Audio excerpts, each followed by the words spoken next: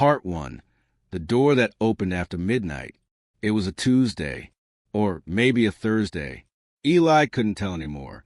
The cold didn't care what day it was. It just crept into the holes in his sneakers, bit at the tips of his fingers, and settled deep into his bones. He had spent most of the evening pretending to sleep behind the back of a diner, the kind that stayed open 24 hours for long-haul truckers and night shift ghosts. But the manager had caught him, shook him awake with a growl, and told him to move on. You think this place is a shelter? Get gone, kid. Eli hadn't begged. He was 12, but the kind of 12 that already knew begging didn't work. So he walked, block after block, city light bleeding into snow puddles, stomach growling loud enough to echo off alley walls. That's when he saw it. A flicker. Just a flicker of yellow light behind frosted glass, tucked into a crooked old storefront between a shuttered pawn shop and an abandoned barber shop. Above the door, a sign hung crooked. M. Bailey Cobbler. Cobbler. Eli didn't even know what that word meant. But the light was on, and the door was open. He stepped closer. The bell above the frame jingled as he pushed it. Inside, the smell hit him first. Leather. Dust. Something like tobacco. Maybe. It didn't smell bad. It smelled like time. The shop looked like it had been frozen in place since 1960. Wooden shelves lined with boots and brogues, cobwebs in the corners, old tools hanging from pegboards. A little counter, behind it a heavy curtain. He was about to turn and leave. He didn't belong here. When the curtain moved, a man stepped out, gray-bearded, heavy boots, apron stained with polish. He walked like the floor didn't deserve his weight, and he stared at Eli like the boy had just crawled out of floorboards. "We're closed," the man said. Eli nodded, hands already reaching for the doorknob. I saw the light. I wasn't going to take nothing. That's not what I said." The man walked behind the counter. He didn't tell Eli to leave, but he didn't offer him a seat either. Eli hovered. The warmth of the room curled around his cheeks, tempting him. "You hungry?" the man asked. Eli blinked. Yeah." The man grunted, disappeared behind the curtain again. Eli heard the clatter of a can, the hiss of something heating. He came back with a steaming bowl of beans. "No spoon. Eat, but don't touch the shoes." Eli sat on the floor by the wall, legs crossed. The beans burned his tongue, but he didn't care. When he looked up, the man was working, gripping a worn boot, hammering a sole back into place. The rhythm was hypnotic. Eli watched in silence. For a while. Then he whispered, "What's a cobbler?" The man didn't look up. Someone who fixes things other people throw away. That night, Eli didn't leave. He stayed curled on the floor near the radiator, too full and too tired to walk again. And the man didn't wake him, didn't shout, didn't push him out into the cold. He just worked, past midnight, quietly, focused. Eli didn't know it yet, but this shop would change his life. This man, this room full of broken saws and cracked leather, was about to become home. Part 2. Scraps, silence, and soap. The next morning, Eli woke up to the smell of polish and the creaking of old wood under slow footsteps. He blinked. Sunlight poured into the dusty front windows, catching on the hanging laces and cracked leather like stained glass in an abandoned church. The cobbler was already up, bent over the workbench like he'd never left it. A cup of coffee steamed quietly beside his elbow. Eli stretched, his back stiff on the floor. The man didn't acknowledge him, didn't ask why he was still there. He just said, "Soap's in the back. Wash your hands. You stink like alley piss." There was no kindness in the voice, but no anger either. Eli followed the pointed thumb to a small sink in the corner behind the curtain. He scrubbed his hands with a cracked bar of yellow soap until they turned red. The towel he dried on smelled like leather and time. When he came back out, the man finally looked at him. "Name?" "Eli." "You steal?" Eli hesitated. "Just a second." "No." The man grunted. nodded slightly. You lie? Sometimes, Eli said honestly. A pause. Then, almost reluctantly, same. He went back to stitching the heel of a boot. Thread tight. Movement precise. The room was filled with the sound of needle through leather and the occasional wheeze of an old floorboard settling.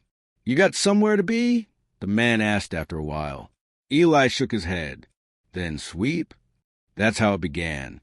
Eli spent the morning sweeping dust into neat piles, trying not to knock over anything. He learned quickly, never touch the bottom shelf. Don't mess with the polishing brushes. And absolutely no sitting behind the counter. The man didn't say much, but every instruction he gave was clear, short, and strangely fair. You eat what you earn, work or leave. So Eli worked, and for lunch, he got a sandwich, peanut butter on stale bread, but it was more than he'd had in 3 days. That evening, as the sun dipped behind the rooftops outside, the man finally spoke a full sentence to him. I'm called Bailey. You don't have to say Mr. Eli nodded. Okay, Bailey. Another grunt, but this one didn't sound quite as gruff. That night, Bailey tossed Eli an old blanket and told him to sleep behind a curtain on a worn-down cot next to the boiler. It was warm, quiet, and for the first time in months, Eli didn't sleep with one eye open. Days became a rhythm. Eli swept, cleaned, ran to get polish from the supplier 3 blocks away. In return, Bailey fed him, gave him a cot, and, when he was feeling generous, taught him how to sand a sole or thread a stitch. You ever fix anything before? Bailey asked once. I used to patch holes in my backpack, Eli said. Bailey smirked, the first real expression Eli had ever seen on him. Good. Start with patching silence. Eli didn't ask about Bailey's past. Bailey didn't ask about Eli's. It was a quiet agreement. 2 ghosts who found the same empty space and decided not to haunt each other just yet. But Eli noticed things. The way Bailey would pause at certain shoes. How he'd hold them gently, thumb brushing the worn heel like it was made of glass. One pair, a small, dusty set of red leather Mary Janes, was never touched. They sat on the top shelf, always polished, never repaired. Sometimes, when Bailey thought Eli wasn't looking, he'd glance at them for just a second. Not long, but long enough for Eli to wonder. One night, Eli dared to ask, You got family? Bailey didn't even lift his head from the boot he was stitching. Once. What happened? Bailey paused. The needle stopped midair.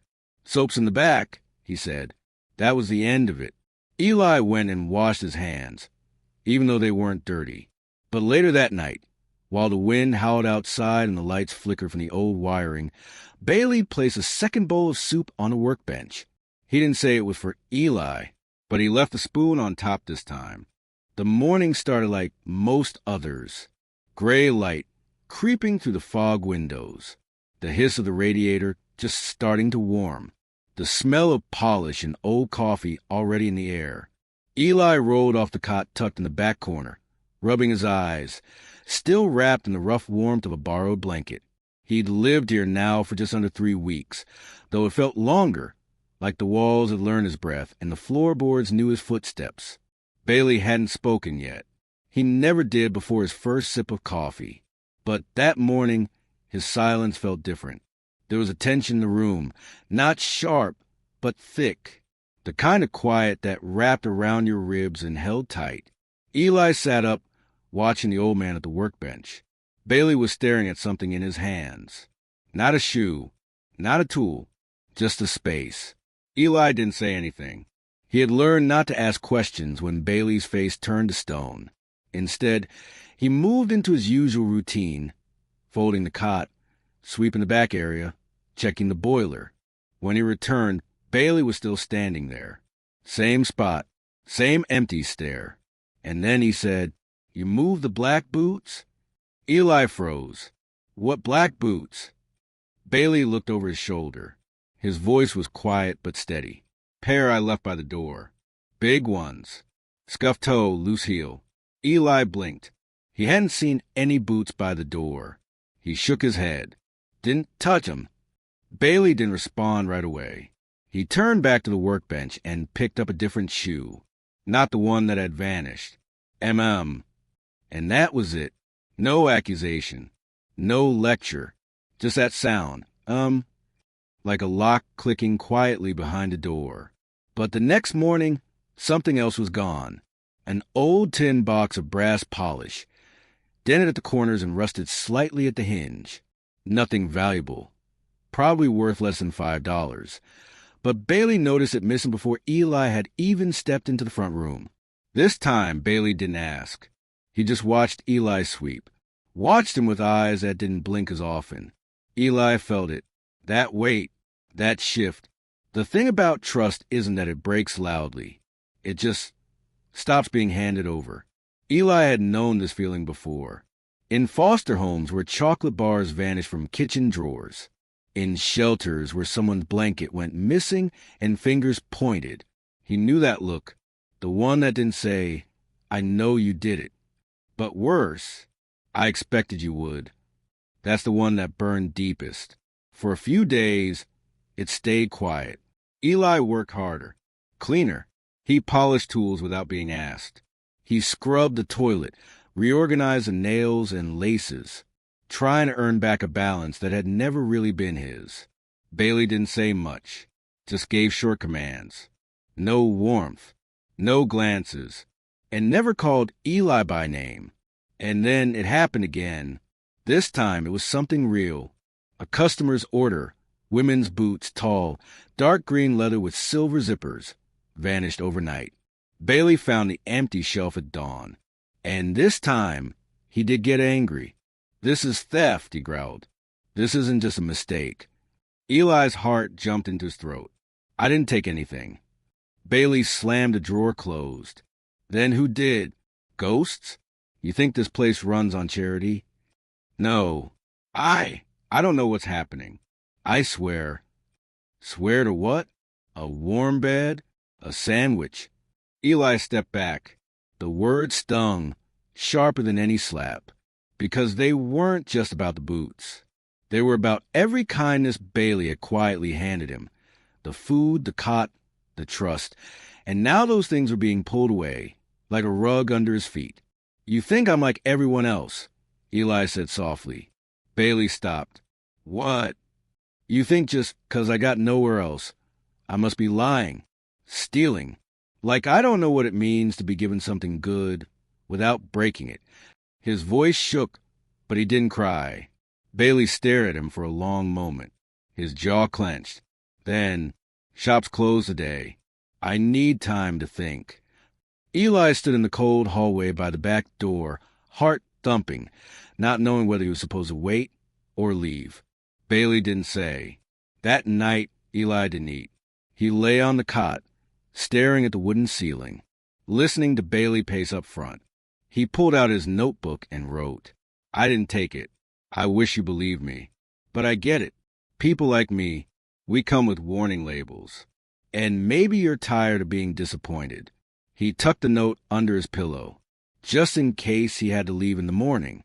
But the next morning, the locks were different. Not changed, but looser. The front door was open when Eli woke. Bailey was already outside, sitting on the stoop, a mug in his hands, staring out at the quiet street. Eli stepped out, unsure, ready for anything. Bailey didn't look at him. He said, "I found the boots." Eli stopped. "Where?" "Pawn shop, 2 blocks over, with a couple other things that weren't mine either." Eli blinked. Bailey took a long sip. "They got hit last week. Someone's been lifting from the block. You're not the only one people been blaming." Silence. Then, softer than Eli expected, "You didn't deserve that." A pause. "Any of it." Eli sat down beside him, the cold concrete biting through his jeans. "You were right to wonder," he said. "I've stolen before. Food, jackets, one time a whole chicken." Bailey almost laughed. "Almost? Did you cook it?" "Nope. Got caught. Gave it back. Still frozen." Now, Bailey did laugh. A short, surprised bark of sound that melted something in the air. Then, I'm sorry. The words hung there between them. Eli looked down. Me too. They sat in silence for a while. And when the sun finally pushed through the clouds, Bailey said, "Come on. Got a whole shop full of shoes that need fixing." That day, Eli worked with a kind of energy he hadn't had since his mother disappeared. Not because the shop was warm, or the food was good, or the cot was soft, but because someone had looked at him again, really looked and chosen to believe, even after doubting, even after breaking something that mattered. From that day on, the missing items stopped. Whoever had been stealing from the block either moved on or got scared off. Bailey didn't bring it up again. And Eli never needed to prove himself with words again. He proved it with work, with quiet effort, with trust repaid in stitches and silence. And every now and then, when the bell above the door rang and a customer walked in, Bailey would look at Eli, not as a guest, not as a risk, but as something else, as a boy who had stolen nothing, and somehow given everything back. Part 4, A Stitch Between Strangers. The first time Eli touched a real shoe on Bailey's workbench, it felt like crossing a line he wasn't supposed to, not because Bailey stopped him, but because for weeks those shoes had seemed sacred, lined up on shelves like sleeping animals, each with its own story, its own brokenness. Bailey always said, "These aren't shoes. These are second chances." And Eli knew, deep down, that he was one of them. It started on a Tuesday, rain tapping the windows, soft jazz from the dusty radio drifting through the shop. Bailey had just finished reattaching a sole on a pair of heavy men's boots. Work boots, with scuffs and dried mud and cracked rubber from years on construction sites. He held them up, examining the line of stitches, then nodded in satisfaction. Then he turned to Eli and slid a different shoe across the bench. Smaller, women's flats, torn heel, worn inner lining, the kind that had danced through years of sidewalks and jobs and hard mornings. "Your turn," he said. Eli blinked. "What?" "You watch enough. Now you try." Bailey didn't believe in instructions. He believed in mistakes. "You don't learn anything from doing it right the first time," he said. "You learn when it falls apart and you figure out why." And so Eli stitched, and tore, and stitched again. He messed up the alignment. He pierced too deep. He cut the thread too short. And Bailey never once grabbed the shoe away.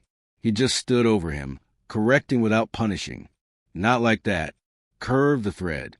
Let the leather move with you. You're pulling it like you're mad at it. Use your eyes, not just your hands." It took Eli 3 hours to do a job that usually took Bailey 20 minutes. But when he finished, the seam held. Crooked, ugly, but tight. Bailey held the shoe, turned it in his hands, and nodded. "It's terrible," he said. Eli smirked. "But—" Bailey looked up. "But it's yours." After that day, the workbench had 2 stools. Mornings became routine. Bailey handled customers. Eli cleaned, organized, and slowly, inch by inch, got better at stitching, gluing, sanding, brushing. Bailey gave him harder shoes, softer leathers, thinner soles, fancy heels. Each shoe was a new puzzle, a story, and Eli, for the first time in his life, was part of something built with patience. One afternoon, while working on a red high-heel pump, Eli asked, "You ever mess up?" Bailey didn't look up. "Daily. Even now. Especially now. You think skill makes you perfect. It doesn't. It just teaches you how to hide your mistakes better. That's cheating." Bailey smirked. "No, that's craftsmanship." Some shoes came with stories. Bailey would tell them casually while buffing or sanding. This one, worn by a lady who danced every Saturday with her dead husband's photo in her pocket. These boots belonged to a guy who walked all the way from Detroit after losing his job. Said he didn't want the bus, wanted to feel every mile. Eli listened, not just to the stories, but the way Bailey told them, half reverent, half resigned. Like each pair wasn't just something to be fixed, but something to be forgiven. And then one day, Eli asked a question that had been on his tongue for weeks. What's with the red Mary Janes on the top shelf? Bailey froze, just for a second, but long enough. The air shifted. The jazz stopped. Bailey didn't look up. They're not for sale. I figured. Just they never move. Because they don't need fixing. But they're here. Bailey finally turned. Some things stay broken. And that was it. No explanation. Just a line in the sand, drawn with a whisper. Eli didn't ask again. But now, when he passed those red shoes, he looked a little longer, not with curiosity, but with respect, because he knew, now more than ever, that sometimes the most broken things are the ones we refuse to let go of. Part 5, The Pair That Didn't Belong. It was a cloudy Thursday when Eli found the box, small, square, and tucked behind a register like it had always been there. No shipping label, no handwriting, no scent except for the faint smell of damp cardboard and, strangely, lavender. Eli picked it up. It wasn't heavy, just dense, like it held something meaningful, something old. He turned to Bailey, who was hunched at the workbench, carefully reshaping a pair of loafers. Did someone drop this off? Bailey looked up, the color draining from his face. Where'd you get that? It was right here, behind the register. Bailey slowly stood, took the box, and set it on the bench like it was made of glass. He didn't open it. He didn't touch the tape. He just stared. This wasn't supposed to come back, he muttered. Eli tilted his head. Come back. Bailey finally broke the seal and opened it. Inside, a pair of children's shoes. They were small, tiny canvas sneakers with faded blue panels and frayed white laces. A cartoon bear was stitched into the heel. The soles were stained with red clay and patches of dried grass. They weren't broken. They weren't worn down. But they looked like they had been left behind. By someone small. Someone who mattered. Eli leaned in. Do you know whose they are? Bailey's voice was tight, almost choked. They were my daughters. Eli blinked. You have a daughter? Bailey sat down slowly on the stool. Had. The shop was silent. The radio wasn't on. The street outside was quiet. All the world felt like it was holding its breath. Her name was Lillian, Bailey said, tracing one of the laces with his fingertip. She was 5, smart, bossy, loved apricot jam. He chuckled, bitter, soft. She used to call this place the cave, thought I was a wizard who fixed magic shoes for heroes. Eli didn't speak. Bailey wasn't talking to him. He was talking to time. One day her mom, Jenna, packed up and left. No note, no warning. Just gone. Took Lillian with her. I came home to an empty closet and a quiet kitchen. He paused. I got these back in the mail 6 months later. No return address. Just the shoes. Like a message. Or a curse. He closed the box gently. I've kept them ever since. Top shelf. Hidden behind the red ones. Eli looked up toward the high shelf near the furnace where the red Mary Janes always sat. He'd never noticed anything behind them. Until now. Why bring them down? Bailey shook his head. I didn't. They just showed up. That night, Bailey didn't eat. Eli didn't ask questions. He knew grief when he saw it. Not the kind that cried or screamed. The kind that sat in silence. That walked in circles. That hovered behind the eyes. But what Eli didn't expect was what came the next morning. He awoke to the sound of it scraping across the floor. Bailey was dragging the old cedar trunk from the back room. Eli sat up. You okay? Bailey didn't answer. He opened the trunk. Inside were dozens of little things. Photos, drawings, scraps of old receipts with childish scrawl. A crayon family portrait. 3 stick figures. One taller, wearing glasses. The smallest wore blue shoes. Eli stepped closer. Bailey pulled out a folded envelope, unopened. Its corner had been chewed by time or mice. I was scared to read this. He handed it to Eli. Would you?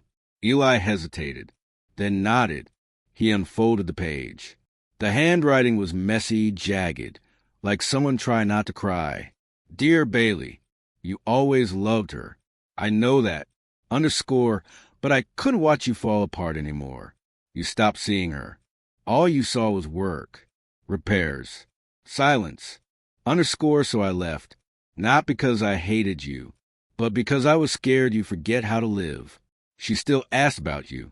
I told her you were fixing the world, one shoe at a time. Underscore, I hope you forgive me someday.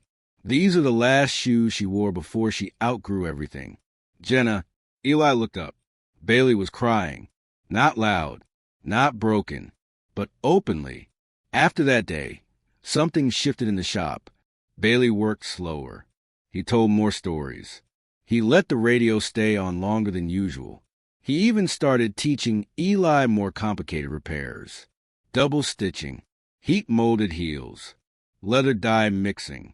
And one day, when a customer came and asked about the old man who works miracles with boots, Bailey nodded toward Eli and said, That's him.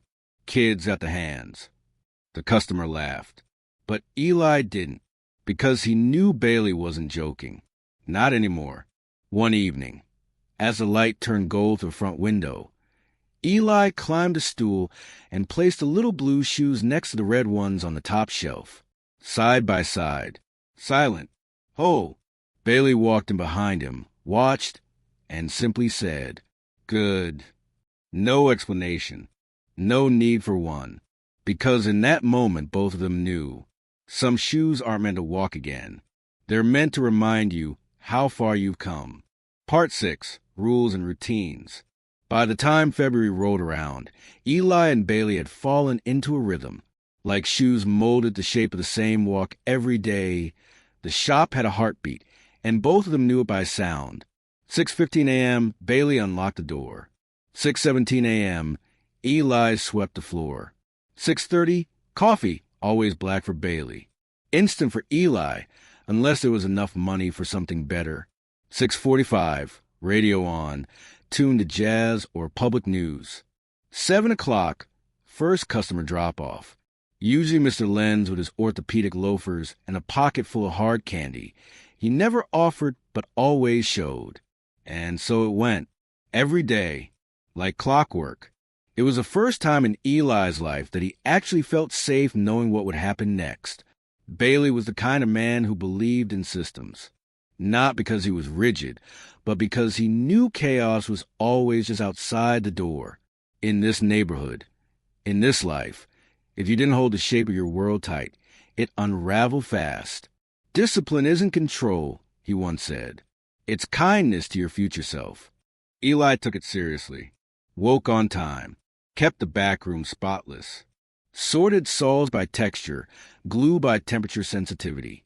He even made a schedule for inventory checks and printed little labels for the drawers. Bailey never said thank you, but he stopped double-checking Eli's work. And that meant more than any compliment ever could. One night, a little before closing, Bailey turned to Eli and said, You want the keys tomorrow? Eli blinked. You mean open the shop? Bailey shrugged. I trust you. It was 3 words, but they hit like thunder. That morning, Eli woke up 15 minutes early. He brushed his hair, cleaned his shoes. He even straightened the sign out front that hung crooked every day since the first snow. He opened the door at exactly 6:15 a.m. and waited. No Bailey. 6:30, still no Bailey. By 6:45, worry turned his stomach to knots. Bailey had never been late. Ever. Eli knocked on the back room door. Nothing. Then he knocked again, louder. Still nothing. He hesitated for a long moment, then opened the door. The room was dim. A small lamp still glowed near the old cot Bailey sometimes napped on. The blankets were rumpled, but he wasn't there. Eli checked the bathroom. The alley behind the shop. Gone. No note. No sound. Just the silence. And something strange. The red Mary Janes on the shelf were missing. For the first time in weeks, Eli didn't know what to do. He paced, called Bailey's name out front, hoping he was just nearby, maybe with the grocer or across the street. Nothing. By 8 a.m., panic gave way to instinct. Eli opened the shop. He swept, took in orders, laughed awkwardly with Mrs. Phelps when she flirted in her usual grandmotherly way. But his hand shook every time the bell above the door rang, hoping it was Bailey. It never was. By noon, Eli decided to do something bold. He opened Bailey's ledger. Not to snoop, just to look for clues, addresses, numbers, anything that might point to where Bailey had gone. Most of the entries were normal. Customer name, shoe type, drop-off/pickup dates, payment. But one stood out. No name, no phone, just R.S.H.M.J. Wednesday, 6 p.m. Do not miss. It was circled 3 times. MJ? Mary Jane's? Eli stared at the line, heart pounding. Today was Wednesday. It was almost 2 p.m. Wherever Bailey was, this had something to do with it. At 5:30, Eli closed early and waited. He didn't know what he was expecting. 6 o'clock came, then 6:15. No one came in, but at exactly 6:17, he saw her, a woman in her 30s, dressed in a long gray coat, standing across the street near the lamppost. She wasn't moving, just watching the shop. She held something in her hands. A box, small, shoe size. Eli stepped outside. You looking for someone? She smiled gently. Is Bailey here? No, Eli said carefully. He didn't show up today. The woman's smile faltered. Oh, I see. Eli walked across the street. You knew him? She looked down at the box in her hands, nodded. A long time ago. She extended the box to him. He would have known what to do with these. Eli took it. It was light. The box was hand-painted, pale yellow with daisies. Who are you? The woman looked up at him. My name's Lillian. The world spun. Eli barely managed to ask. His daughter? She nodded. I didn't think I'd come. But then the old shoes showed up in my mail 2 weeks ago. Wait, you mailed those shoes to shop? No, she said quietly. That's the thing. I didn't. Eli looked down at the box. Inside were another pair. Not children's shoes, but women's. Worn, soft-soled, broken at the edge. Well-used. Loved. Those were the last ones he fixed for me, she said. Before Mom took me. Why now? Lillian looked up, her eyes shining. Because I wanted to forgive him. Bailey returned the next morning. Eli didn't yell, didn't question, just stared. Bailey stepped inside, silent. Eli handed him the yellow box. Bailey opened it, saw the shoes, swallowed hard. She came, he whispered. She forgave you. Bailey sat down. He didn't cry. He didn't speak.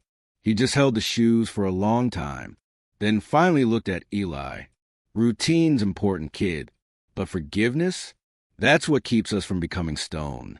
That night, Eli went to bed late. He lay under his blanket, thinking not about shoes, but about time, about how some souls are worn thin not by walking, but by waiting, and how sometimes the people we think are gone forever are really just circling the block, trying to find their way back home. Part 7. The Man in the Broken Suit. The man arrived just past midnight. It was raining, hard enough to drown out the usual city buzz. The neon glow from the laundromat across the street flickered blue and green against puddles. Bailey was locking up late.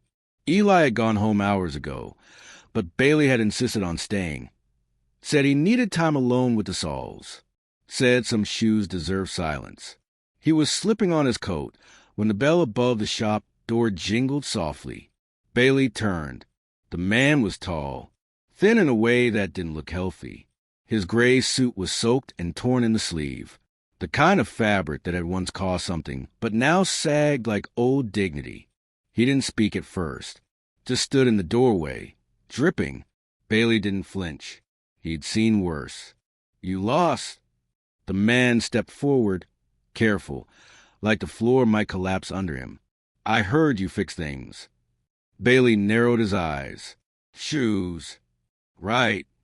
The man looked down at his feet. His Oxfords were scuffed, soaked through, the right one splitting at the heel. I need a favor. Come back in the morning. I don't have until morning. There was something about the way he said it. Not urgency, not desperation, but finality. Bailey opened the door wider. Come in.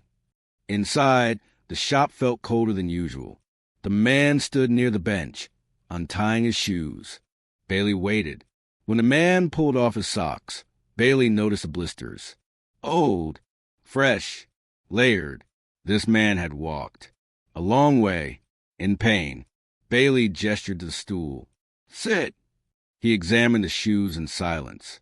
The leather was cracked, but salvageable. The sole was another story. What's your name? The man hesitated. Reese.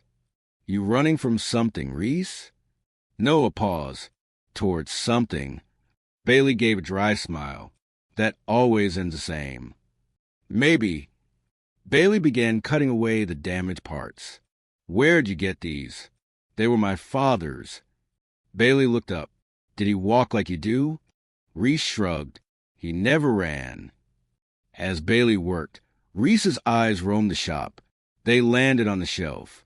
On the red shoes. The blue ones. The yellow box. You keep them as trophies? Bailey didn't look up.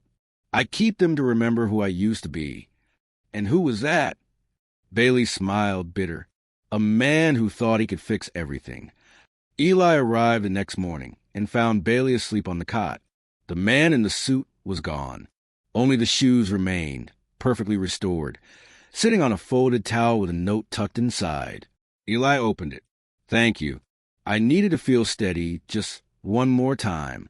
There was a $50 bill with the note, more than the repair was worth. But Bailey didn't touch the money for days. A week later, a news segment came on the radio. Eli and Bailey were rehealing a pair of vintage boots when the name made them both freeze.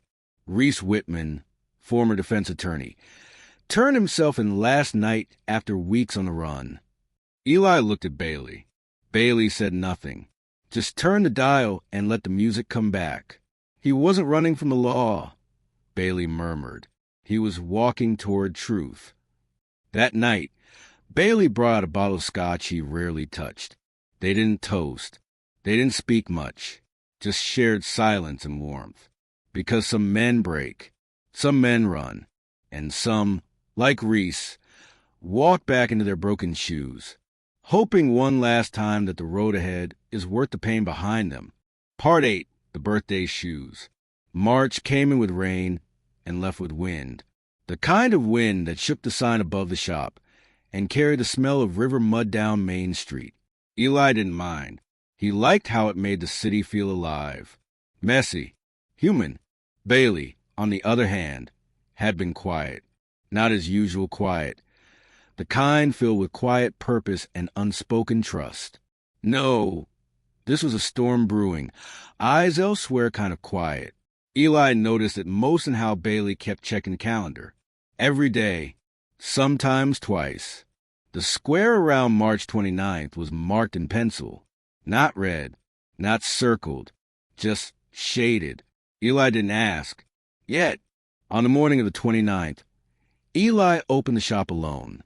Bailey was already in the back. Door closed, light off.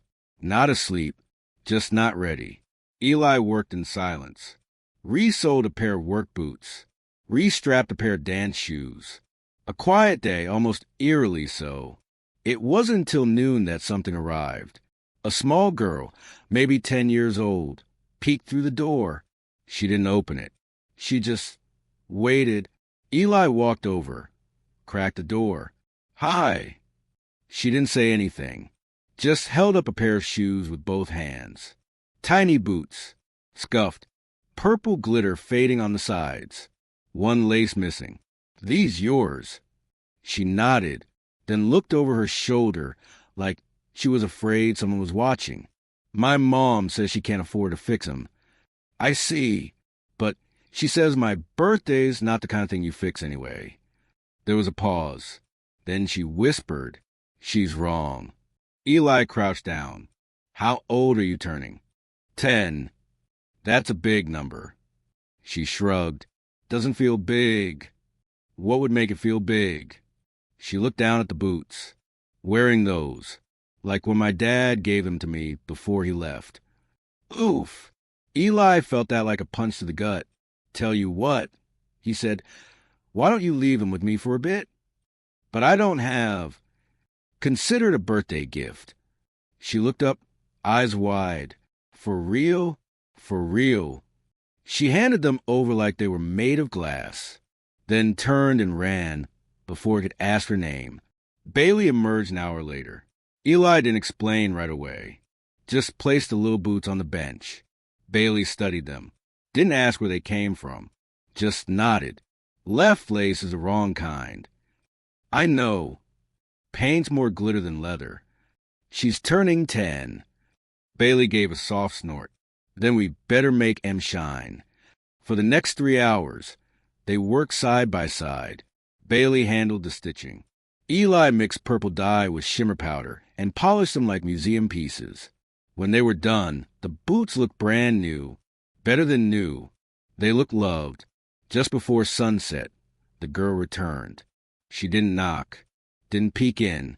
She just stood by the door until Eli opened it and handed her the boots wrapped in brown paper. "Happy birthday." She blinked fast, then grabbed the package and hugged it to her chest. "Thank you," she whispered. She turned to go, but paused. "You look like someone who used to have a birthday once." Eli laughed. "I did. Still do, actually." "Then happy future birthday." And then she ran off. Later that night, Bailey poured 2 cups of something warm. He sat across from Eli at the workbench. "You know what day it is?" he asked.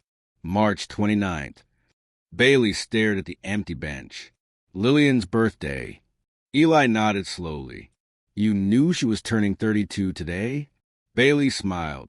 "No, I knew she'd still be wearing purple." That night, they didn't toast. They didn't talk much. But Eli slipped a card onto the shelf behind the red shoes. No name, just a date, March 29th. And the words, "Some birthdays are for growing up. Others are for remembering why we did." Part 9. The envelope under the door. It was a Thursday night when the envelope arrived. No knock, no footsteps, just a soft whisper of paper sliding under the shop door, like a secret pass between 2 ghosts.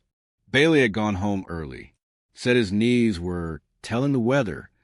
Eli stayed behind, cleaning the brushes, lining up the polished tins in perfect symmetry.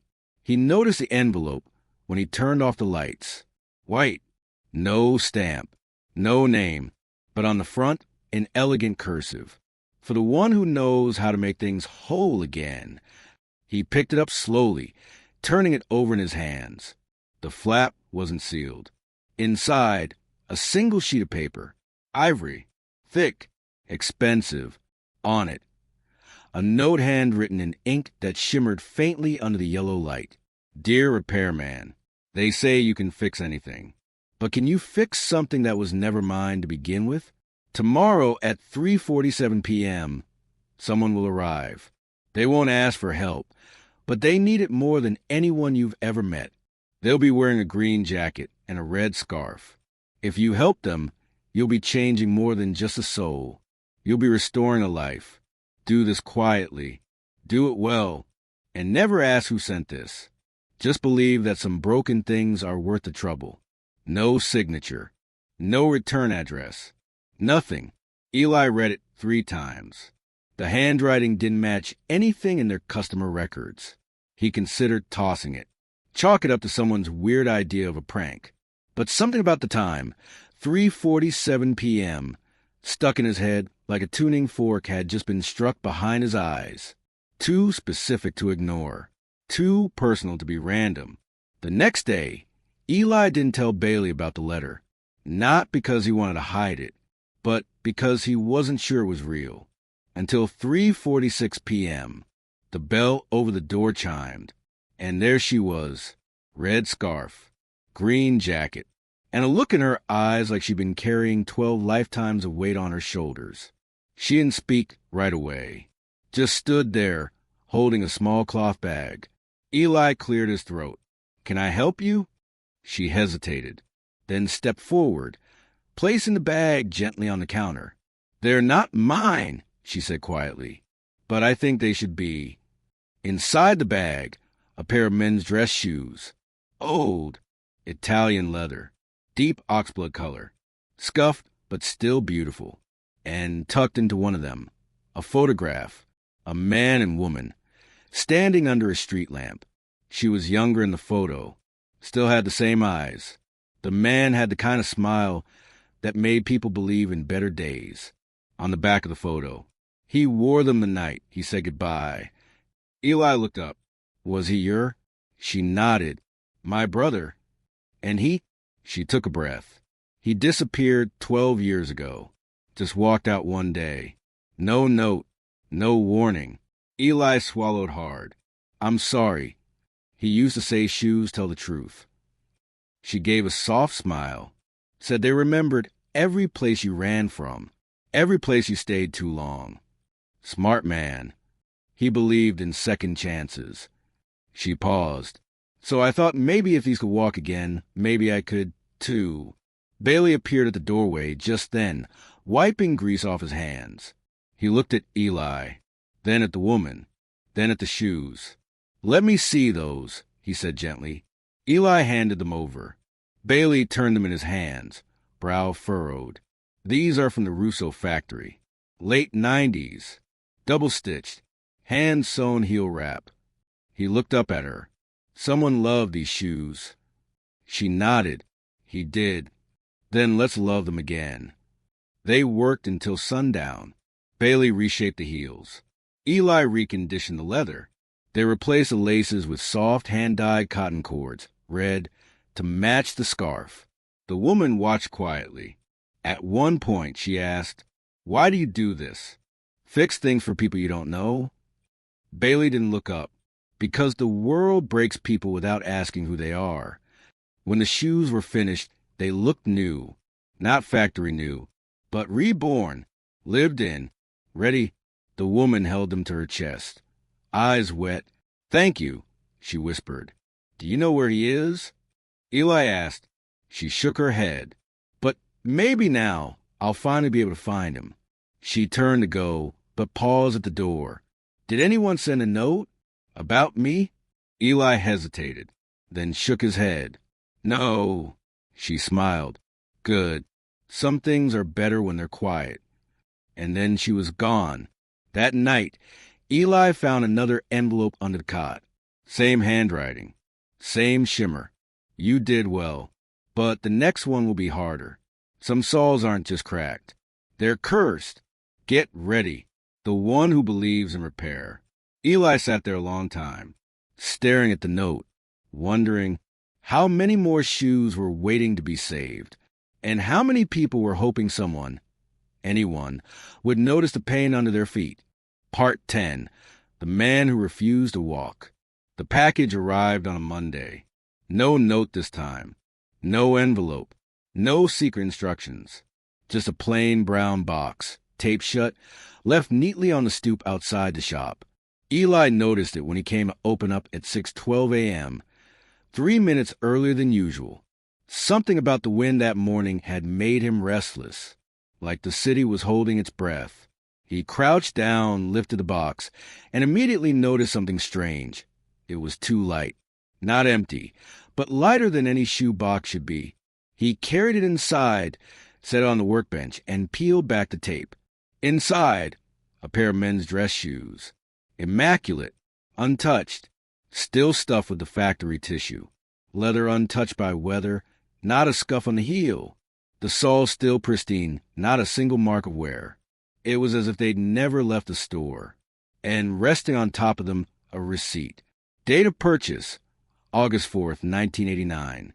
Store, Bergman's Fine Footwear, Chicago. Customer name, Leonard M. King.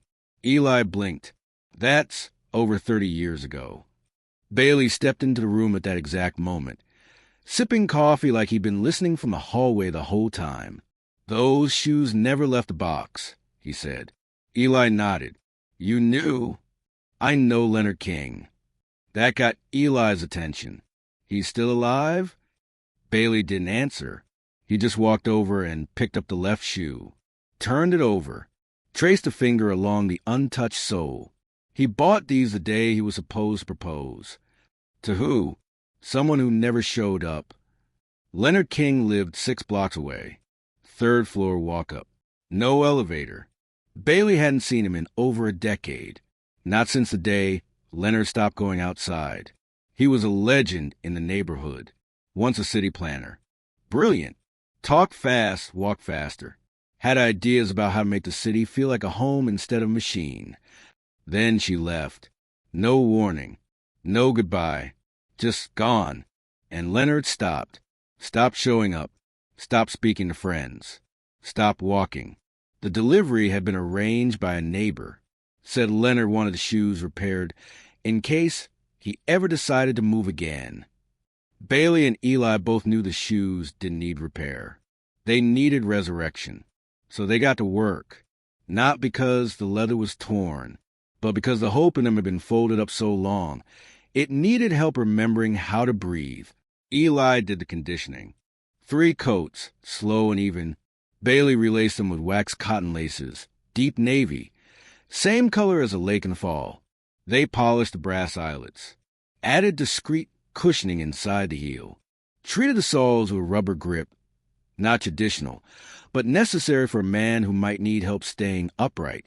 When they were done, the shoes looked like they belonged in a museum. But Eli said softly, "Let's bring them home." They went together.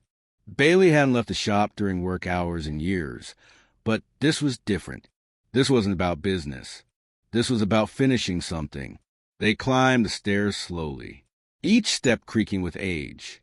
At the top, the door was already open, not wide, just cracked, like the man inside had been expecting them. Bailey knocked once, then stepped in. Leonard King was a tall man, even while seated. He wore a sweater the color of old parchment, and his hands trembled when he tried to lift his tea.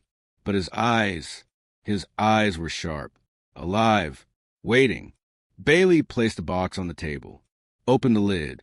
Leonard leaned in slowly and smiled. "Damn things waited longer than I did." Bailey chuckled.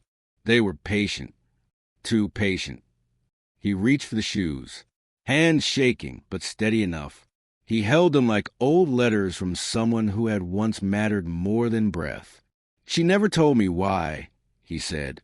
"She never owed you that," Bailey said gently. Leonard nodded. "Still hurts." "Of course." A pause. "You think it's too late?" Bailey looked him in the eyes. "To walk?" Leonard nodded. Bailey smiled. "That's not your question." Leonard swallowed. "No, it's not."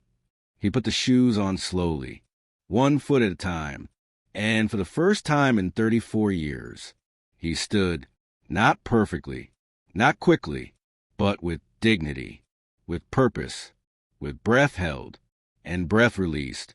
Eli watched as Leonard took a single step forward, then another. He walked across the room, touched the windowsill, and opened it. The wind came rushing in, and for a moment it smelled like downtown, like taxis and old bookstores and the corner bodega that used to sell cheap roses. "I think I'd like to go to the lake," Leonard whispered. "Then go," Bailey said. "Shoes are ready." As they left the apartment, Leonard paused at the door. "I never proposed," he said. Bailey nodded. "But you walked again. That counts for something." Leonard smiled, eyes wet. "Maybe it counts for everything." They didn't charge him. He left the 20 on the table anyway, folded tight, stuck between the polished tins. Bailey didn't touch it for a week. That night, Eli wrote in the back of the ledger. No name, just the words. "Fixed, one pair of untouched shoes. Restored, one man's right to move forward. Because some shoes were never meant to stay in boxes, and some souls were never meant to sit still. Even the ones that waited decades still remember how to walk.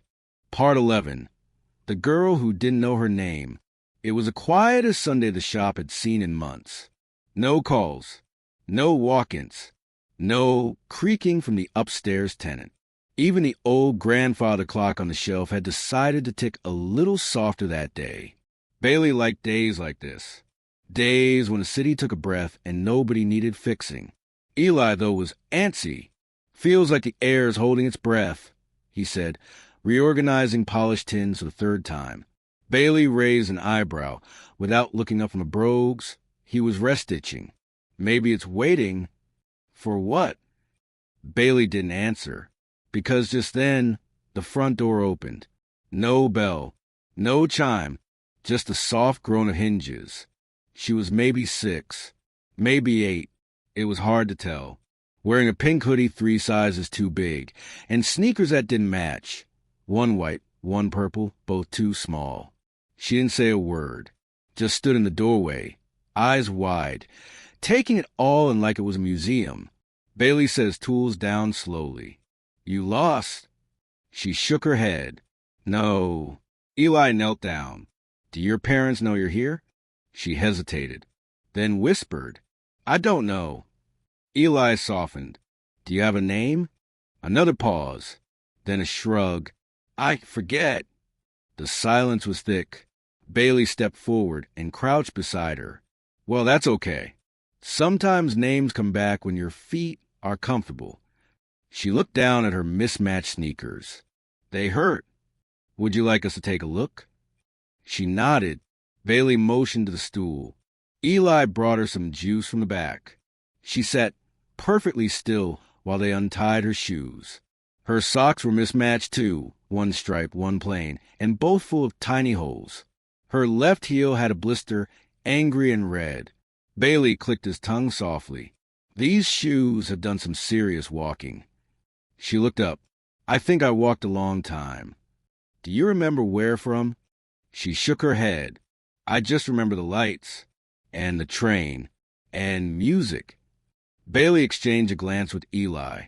Let's fix your shoes first. Maybe your memory will follow. They brought out the smallest pair they had in the back. A set of soft brown leather shoes once meant for a flower girl in a wedding that never happened. Bailey custom fit them with extra padding. Eli let her choose new laces, pink and gold. She grinned when she saw them. These looked like shoes for running in the clouds.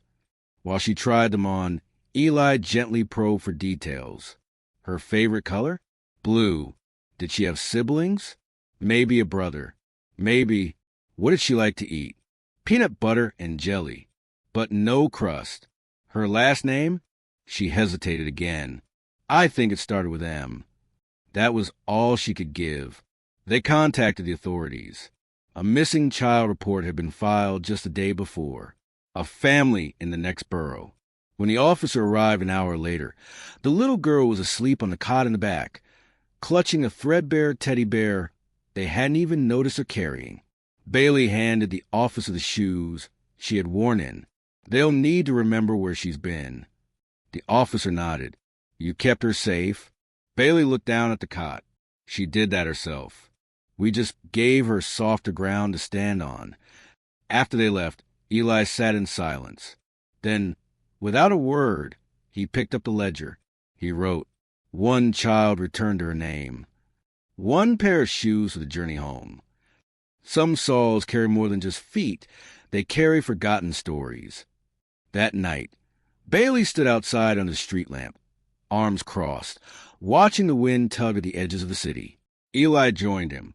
Think she'll remember everything? Bailey nodded slowly. Maybe not today. But someday? Bailey glanced at the dark windows across the street. Memories are like shoes.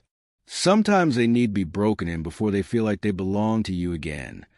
In the window of the shop, they placed the mismatched sneakers, side by side, not because they were beautiful, but because they had made it.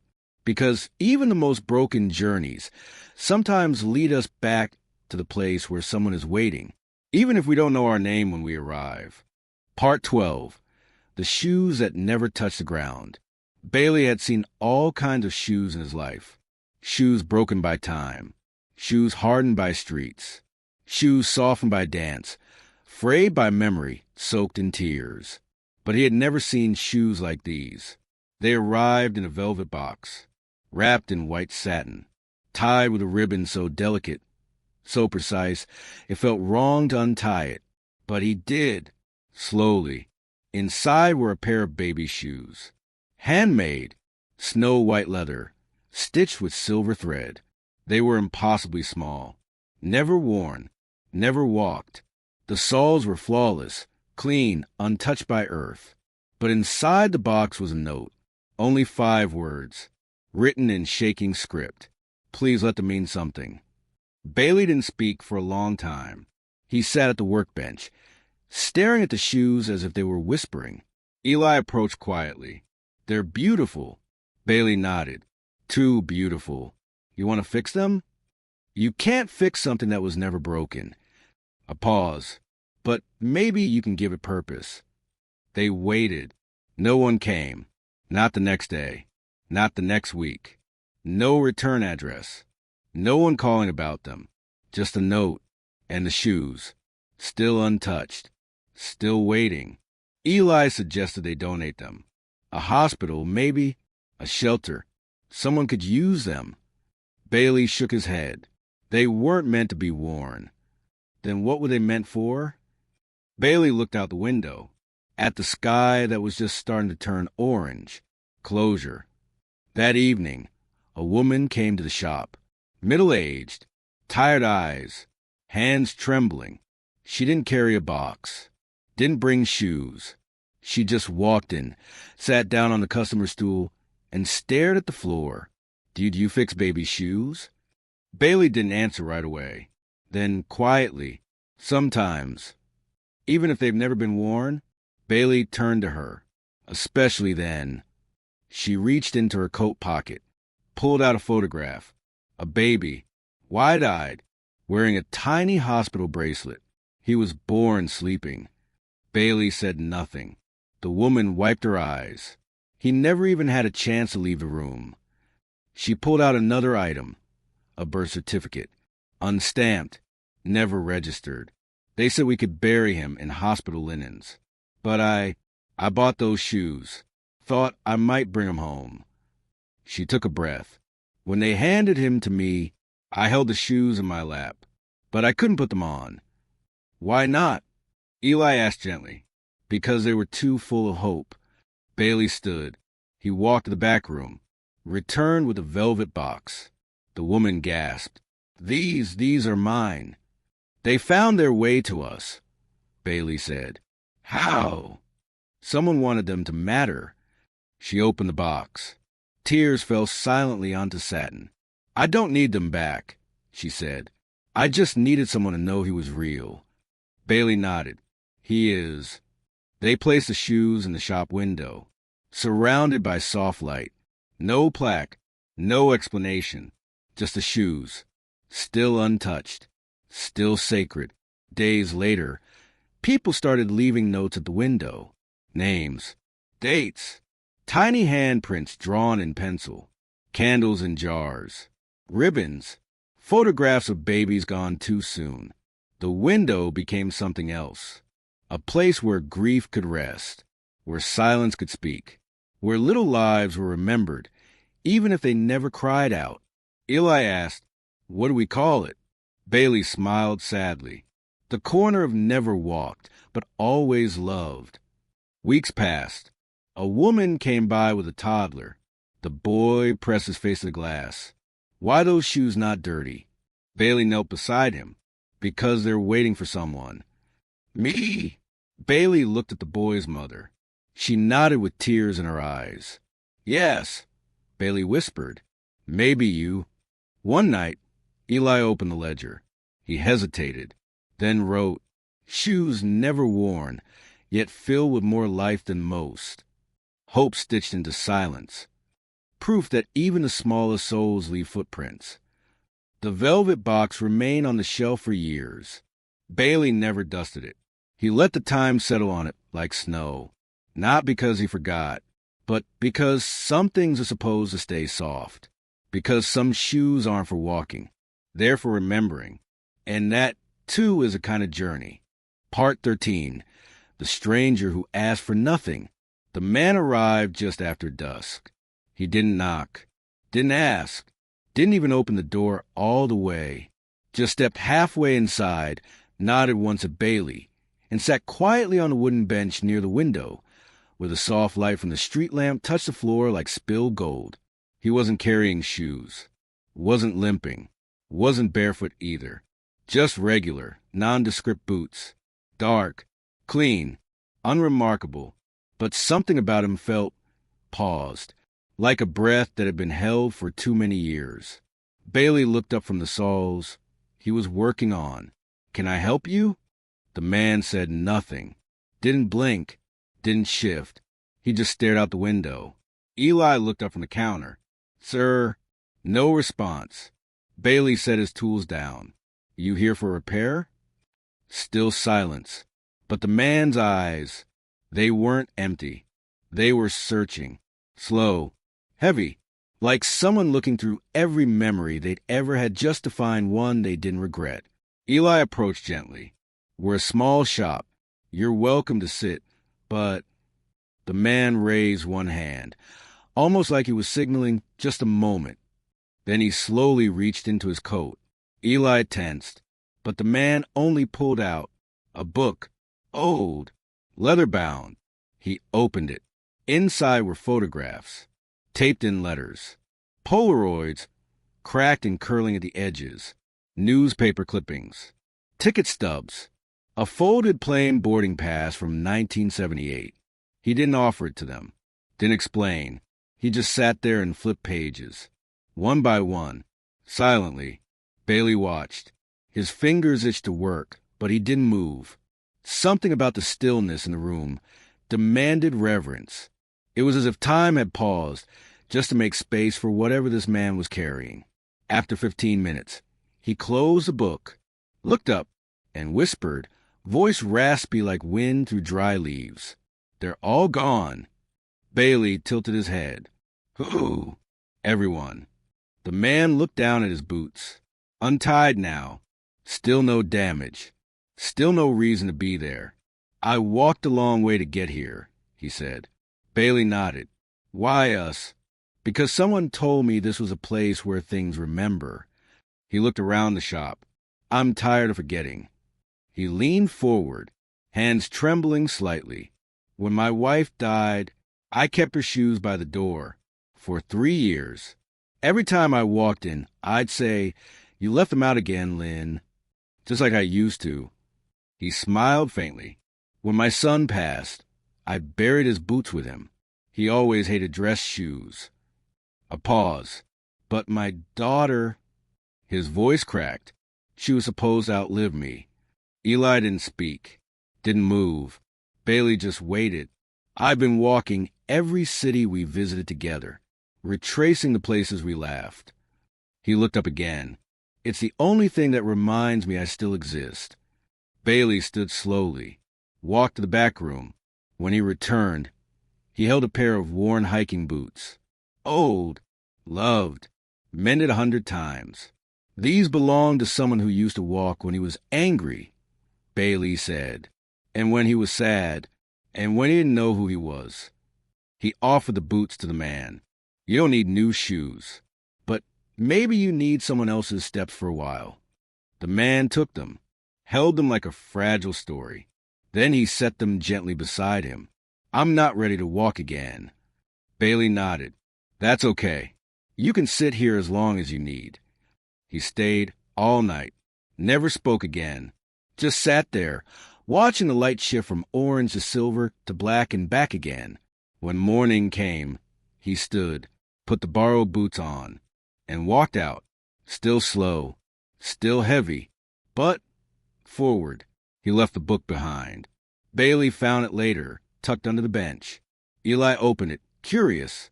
Inside the back cover was a note written in tight cursive. If this place remembers, let it remember me too. A man who loved, lost, and still believed walking mattered. Bailey placed the book on the shelf above the counter. Didn't file it. Didn't tag it. Just let it rest. Next to the ledger. Next to a tiny box of untied shoelaces. Next to the smallest, quietest things that made the biggest noise. Later that week, a teenage girl came in, carrying a pair of shoes with worn-out soles. She said her father used to hike in them before he got sick. She wanted to wear them now, walk in his footsteps. Bailey repaired them carefully. Quietly, before she left, she spotted the book. "What's that?" Bailey smiled. "A reminder." "Of what?" He handed her the shoes. "That love still echoes." Part 14. The Man Who Fixes Own Shoes. For 36 years, the box sat untouched. Top shelf. Left corner. Behind the row of black polish jars. It wasn't hidden. Bailey saw it every day. Sometimes even reached for it. Only to stop, hand hovering in the air like a memory he didn't dare disturb. Eli had never noticed it. Not until the day the ceiling leaked. The rain had been cruel that week. Wind howling like it had grief of its own. Gutters overflowing. Old groaning like bones too tired to keep standing. Bailey was upstairs checking the sealant when Eli shouted from below, "Bailey, you might want to see this." When Bailey came down, the floor beneath the back shelf was soaked. And in the mess, the box, the old one, warped slightly from moisture, but still holding. Eli was already kneeling beside it. "I didn't know you had this back here." "What's inside?" Bailey froze, then whispered, "Don't open it." But Eli already had. Inside were boots, military issue, scuffed but sturdy, still caked with red sand along the seams. A single dog tag lay coiled between them. Bailey reached down slowly, lifted the tag. The name engraved on it, Bailey Thomas R. Eli blinked. "You served?" Bailey nodded, but said nothing. Not yet. That night, he didn't go upstairs. Just sat at the workbench, the boots in front of him, a bottle of cleaner to the left, an old rag to the right. But his hands didn't move. For hours. Just stared, like he wasn't sure if he was allowed to fix them. Eli entered quietly sometime past midnight. Set 2 mugs of coffee on the counter. Bailey didn't look up. "They were the only pair I ever gave up on," he said. Eli waited. "It was my last year. Deployment in Kandahar. We'd just come back from a patrol that went sideways. I walked out with shrapnel in my leg and blood that wasn't mine on the boots." A pause. "I cleaned them when I got home, but I could never fix them." "Why?" "Because if I fixed them, that meant I had to forgive myself for surviving." Bailey finally picked up a brush, ran it over the left boot slowly. "I buried 3 friends in sand that week. Their boots never came back, but mine did, and I've never known what to do with that." Eli sat beside him. "Maybe now you do." Bailey looked up. "What?" "You fix everyone else's stories. Maybe it's time you fix your own." He started with the laces. Frayed. Weak. He replaced them with new ones. Stronger. Darker. Then the soles. He didn't resole them. He reinforced them, because they were already strong enough. They just needed support. Then he conditioned the leather, polished the metal, removed the sand gently, as if saying goodbye. By sunrise, the boots looked different. Not new, not perfect, but whole. Eli handed him the ledger. "Want me to write it?" Bailey shook his head, took the pen, and wrote, hand slow but steady, 1 pair of boots, worn by a younger man who didn't know what he'd carry home. Fixed not because they were broken, but because the man finally was ready. Redemption stitched between every step. He didn't put them back in the box. He placed them on the floor beside the front door. And that morning, for the first time in over 30 years, he wore them just to walk to the corner. just to feel the ground again. But that was enough, because sometimes the hardest souls to fix are our own, and sometimes the stories we tuck away in silence are the ones most worth remembering out loud. Part 15, The Boy Who Called Me Dad. It began with a letter. No return address. No stamp. Just folded paper, tucked beneath the shop's door early one misty morning. Bailey found it as he unlocked the store. The envelope simply read, "To the man who remembers." Inside was a single sentence. "You fix my shoes and change my life."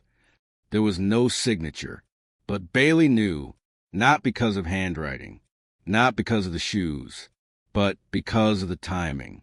That same day, Eli found a pair of small sneakers on the doorstep. Blue canvas, worn but cared for, laces double-knotted. Inside one of them, a photograph, a boy, around 8 years old, grinning at the camera while holding a shoebox. Behind him, a pair of feet, adult-sized, stood in the background, just out of frame. Eli stared at the photo for a long time, then looked at Bailey. "Is that?" Bailey nodded. "Yes. Years ago, before Eli ever walked through the shop's door, Bailey had taken a boy, just for a few weeks. He told himself. The boy had no name, no paperwork, no shoes that fit. He didn't speak much, didn't laugh, but followed Bailey everywhere like a shadow with questions.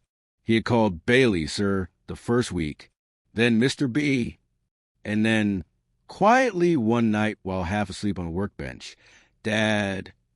Bailey hadn't corrected him, but one morning the boy was gone, left a note, "Thank you for the shoes," and that was all.